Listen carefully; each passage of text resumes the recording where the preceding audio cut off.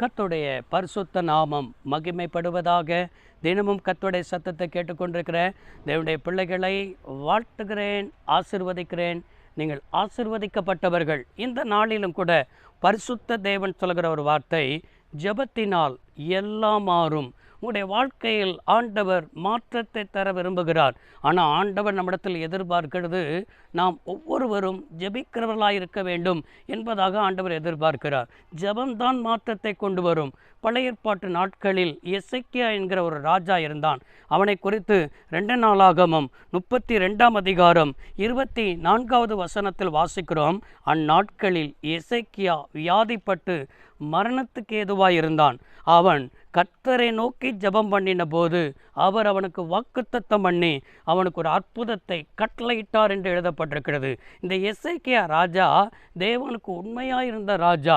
இவனை குறித்து ஏசாயா தீர்க்கன் மூலமாய் தேவன் சொல்லுகிறார், உன் வீட்டின் காரியத்தை ஒழுங்குபடுத்து எல்லாம் சொல்லிட்டாரு, நீ மரித்து போவாய் என்று சொன்னால் அந்த சூழ்நிலையில் ஜெபித்தான். அவன் ஜெபத்தை ஆண்டவர் கேட்டு 15 ஆண்டுகள் அவனுக்கு ஆயுசு நாட்களை கூட்டி தந்தார். இந்த வார்த்தையை கேட்டுக்கொண்டிருக்கிற சகோதரனே, சகோதரியே, உன் வாழ்க்கையில் எந்த வியாதியாக இருக்கலாம், அநேகர் வியாதியின் படுக்கையில் கூட இருக்கலாம். அநேகர் மருத்துவர்கள் உன் வாழ்க்கையில் இப்படிப்பட்ட வியாதி இருக்குது என்று சொல்லி உன்னை பயப்படுத்துகிற வார்த்தையாக கூட இருக்கலாம். வியாதியை குறித்து பயந்து போயிருக்கிற சகோதரனே, சகோதரியே, நீ ஜெபம் பண்ணுவாயா? உன் ஜெபம் இந்த வியாதியை மாற்ற வல்லமையுள்ளது என்பதை என்ன செய்யணும்? புரிந்து கொள்ள வேண்டும். கடன் சுமையோடு கூட கஷ்டப்படுறீங்களா?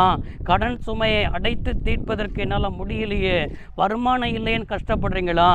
மாற்றத்தை ஜெபத்தினால் தான் என்ன செய்ய முடியும்? உண்டாக்க முடியும். அதே போல் சில சத்துருக்கள் போராட்டம், வேலை ஸ்தலத்தில் சத்துருக்கள் போராட்டம், குடியிருப்பின் எல்லைகளில் சத்துருக்கள் போராட்டம், அதே போல் வசிக்கிற கிராமங்களில் சத்துருக்கள் போராட்டம். சில மனிதர்களை வைத்தே உங்களை போராடி கொண்டிருக்கிறானா?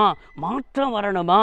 மாற்றம் எப்படி வரும் என்று சொன்னால் ஜெபத்தினால் தான் வரும். நாம் நல்லா ஜெபம் பண்ணணும். காலையில் எழுந்து ஜெபிக்கிறவளாக இருக்கணும். அதே போல் இரவில் ஜெபிக்கிறவளாக இருக்கணும். அந்தி சந்தி மத்தியான வேளையில் நான் ஜெபம் பண்ணி நான் முறையிட்டேன். கர்த்தர் என் ஜெபத்தை கேட்டார். என் ஆண்டவர் ஜெபத்தை கேட்கிற ஒரு தேவன் என்பதை என்ன செய்யணும்? புரிந்து கொள்ளணும். இதை தான் நீங்கள் ஜெபத்தில் எவைகளெல்லாம் கேட்பீர்களோ அவைகளை பெற்று கொண்டோம் என்று என்ன செய்யுங்கள்? விசுவாசியுங்கள். நீங்கள் கேட்குறதெல்லாம் ஆண்டவர் தருவார். நீ ஜெபம் பண்ண ஆயத்தமா?